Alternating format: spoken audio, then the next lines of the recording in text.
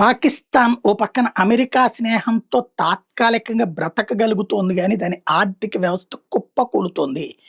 1980లో పాకిస్తాన్ వ్యక్తిగత ఆదాయం భారతదేశం కంటే 55% ఎక్కువుండేది. అంటే తలసరి ఆదాయాల లెక్కన చూసుకున్నప్పుడు. 2030 నాటికి అదే 55% తక్కువగా ఉంటుందని అంచనా వేసేటటువంటి పరిస్థితికొచ్చింది. ఈ సోవియట్, ఆఫ్ఘనిస్తాన్ యుద్ధం 79, 89 సమయంలో అమెరికా, బ్రిటన్ ఆపరేషన్ ఫెరడే పేరుతో తీసుకొచ్చినటువంటి ఒక ప్లాన్‌తో సోవియట్ యూనియన్‌కి వియత్నాం సృష్టించడమే లక్ష్యంగా ఆ బాటలో ఇప్పుడు పాకిస్తాన్ సీఐఏకి ముఖ్య స్థావరంగా మారడం అన్నటువంటిది ఒక సమస్యగా మారుతోంది. పాకిస్తాన్‌ని వాడుకుంటారు. ఇప్పుడు ఉక్రెయిన్ ఒకప్పుడు చక్కగా వాళ్ళు సొంతగా సంపాదించుకున్నటువంటోళ్ళు. వాళ్ళు చక్కగా ఎదిగినటువంటోళ్ళు. వాళ్ళని ఇప్పుడేం చేసింది అమెరికా?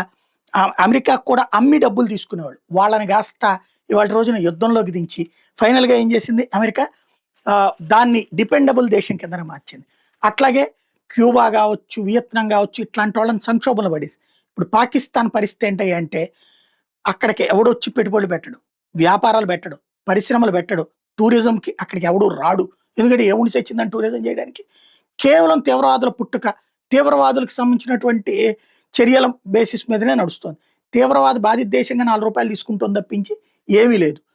వ్యవసాయం ఆధారితం. ఆ వ్యవసాయం కూడా క్రమంగా తగ్గుముఖం పడుతుంది. అక్కడ ఉన్నటువంటి వాళ్ళు తమ పిల్లల్ని విదేశాలకు పంపించేస్తున్నారు వలసల కిందన. దాంతో వ్యవసాయం తగ్గుముఖం పడుతుంది. పైగా ఉన్నటువంటి చోట్ల నీళ్లు లేవు.